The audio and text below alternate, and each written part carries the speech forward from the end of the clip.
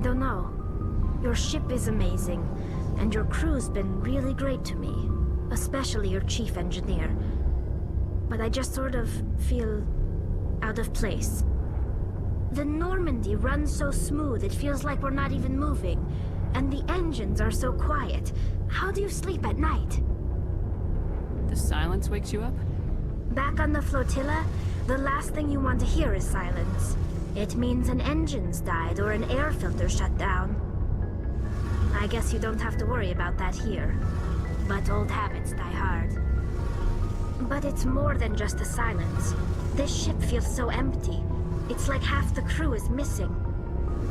Back home, I couldn't wait to go on my pilgrimage. I couldn't wait to get away from the crowds.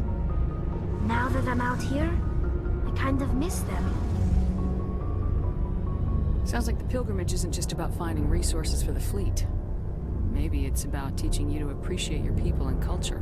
You're probably right. We Quarians spend our whole lives traveling. But really, we never leave home. The pilgrimage has given me a whole new perspective on our culture. You know, there's always a few who go on their pilgrimages and never return. I always assumed something bad happened to them. But maybe they just wanted a different life. You do plan to return to the migrant fleet, right? I could never abandon my people, Shepard. I will go back eventually. But we have to stop Saren first. Otherwise, I might not have a home to go back to.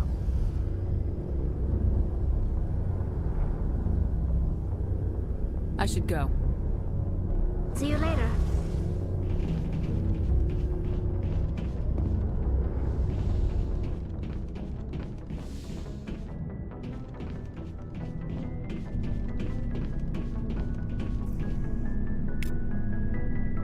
Commander, how are you? Why did you want to be a C-Sec officer in the first place? That's a good question. There were several reasons, I guess. Like what? Probably the same as most officers. I wanted to fight injustice, wanted to help people. I guess my father had something to do with it too. He was C-Sec, one of the best. I grew up hearing about his accomplishments or seeing his picture on the vids after a big arrest. He's taking my resignation pretty hard. He's not impressed that you're going after Saren? My father's a C-Sec man to the bone. Do things right or don't do them at all, he says. He thinks I'm being too rash, too impatient. He's worried I'll become just like Saren. He actually talked me out of becoming a Spectre when I was younger, for the same reasons. You were asked to be a Spectre? Well, I was targeted as a possible Spectre candidate. Me and about 1,000 other Turian military recruits. I could have received special training, but my father didn't like it. He despises the Spectres. He hates the idea of someone having unlimited power with no accountability. He wouldn't like you, Commander. No offense. Not all Spectres are like Saren, you know. Of course not.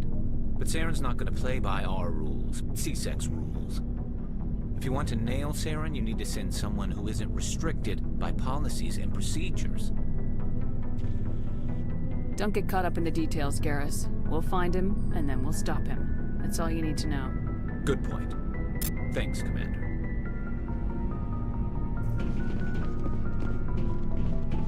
So, we've got Saren on the run. It won't be long now. Saren's good, but I'm better. Good.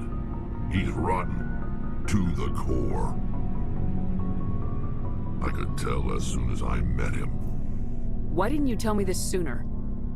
I would have if I thought it was important. I think I'd like to hear about it just the same. This was a while ago. A bunch of mercs were bragging about a job out near the edges of the Terminus systems.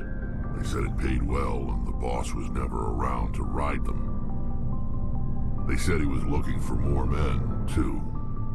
So I checked it out. I didn't know Saren was openly recruiting mercs.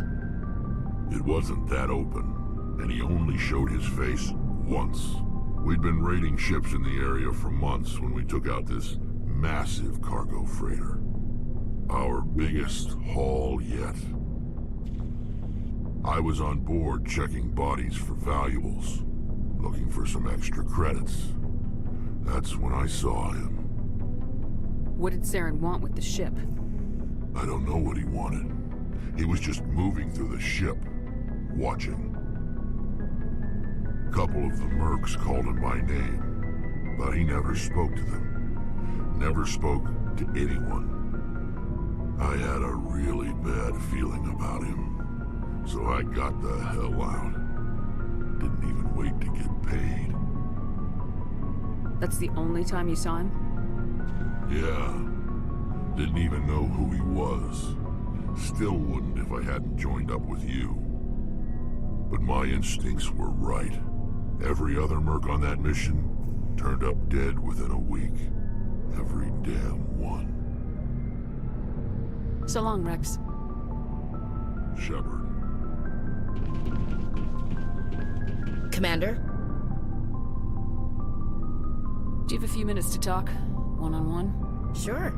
I was just watching some mail from home. Oh, before I go, we saw Caden in a news vid about the Normandy. He's cute. Later, sis. Let's pretend this never happened. The damage is done, Williams. Oh, shoot me now. One of my sisters. That's Sarah, the youngest. What's up? You didn't come by to eavesdrop on family mail. Your family seems to be important to you. Yeah, we've always been close. Me and my sisters especially. With Dad on duty so much, I had to help Mom raise them. After helping raise them, your sisters still talk to you? Amazing. Things were tense between Sarah and me for a while. Then we bonded. Sounds like your father wasn't around much. Wasn't your family stationed near him? Dad always wanted to serve in space, but he wanted us to have real ground under our feet. He'd say, space is beautiful, but you can't raise a family there. I cannot rest from travel. I will drink life to the lees. All times I've enjoyed greatly, have suffered greatly, both with those that loved me and alone. For always roaming with a hungry heart, much have I seen and known, cities of men and manners, climates, councils, governments. I never thought I'd hear you reciting poetry. Just because I can drill you between the eyes at 100 meters doesn't mean I can't like sensitive stuff. Just don't spread it around. Ulysses was my dad's favorite poem. Every time he shipped out, he recorded me reading it. He had a dozen versions when he retired. Does he still like it? I sure hope so. I read it to his grave every time I go home. Dad passed on a few years back. He's probably still watching, though. I thought you said he was dead. You know, from heaven, wherever that is. That's not a problem with you, is it? That I believe in God? Your beliefs are your business. I'm your commanding officer, not your moral compass. I appreciate that, Skipper. I should get back to my duties. Didn't mean to take up so much of your time. Dismissed, Chief. Ma'am.